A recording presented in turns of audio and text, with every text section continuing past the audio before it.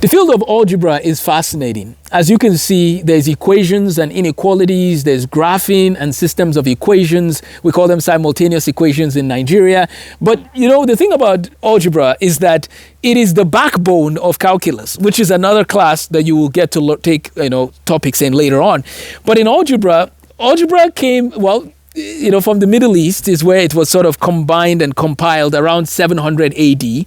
But prior to the days of algebra, we had the works of Euclid, who wrote the elements of geometry around 300 BC. And so when you look at the history of mathematics, initially, you get a lot of arithmetic, right? People are trying to count how many cows or how many goats they had. And then as time went on, we started getting more sophisticated and more abstract in our reasoning.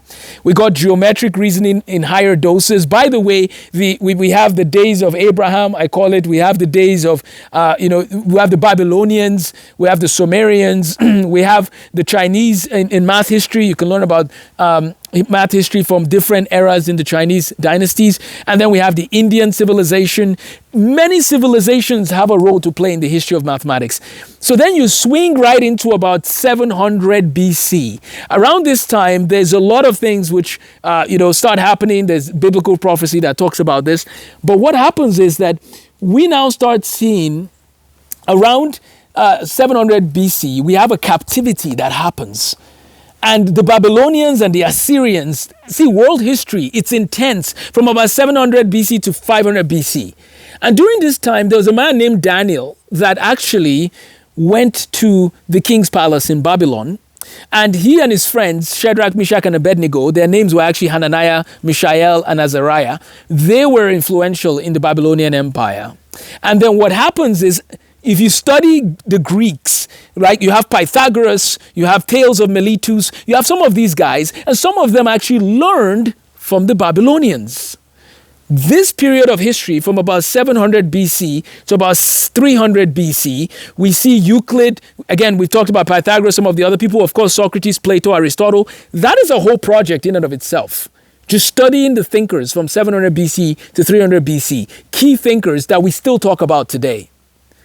Then we go down and come back, as I said, into about 700 AD, and that's where you get the algebra, the formalization of aspects of algebra.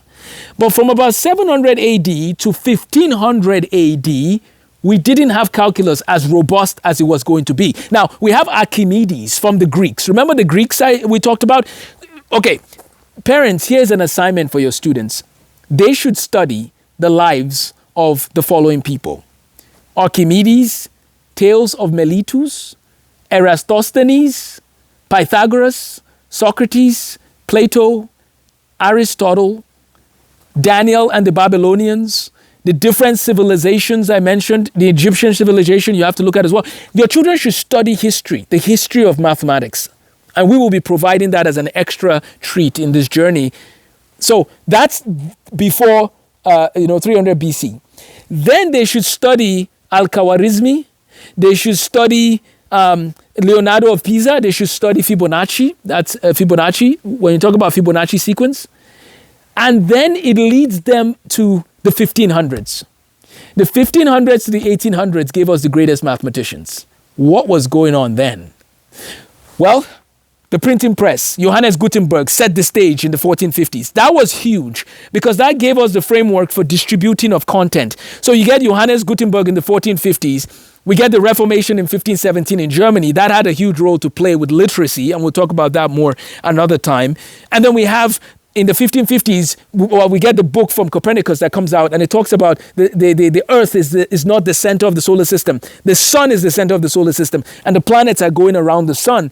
That's huge because then we get Copernicus, and we get Galileo, we get Kepler. They come right after him. Again, your children should learn who these people are and the role they played in the history of math and science.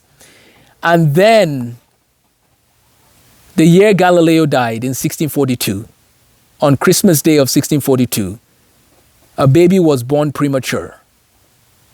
That baby would grow up to become the man known as Isaac Newton. Newton changed the world.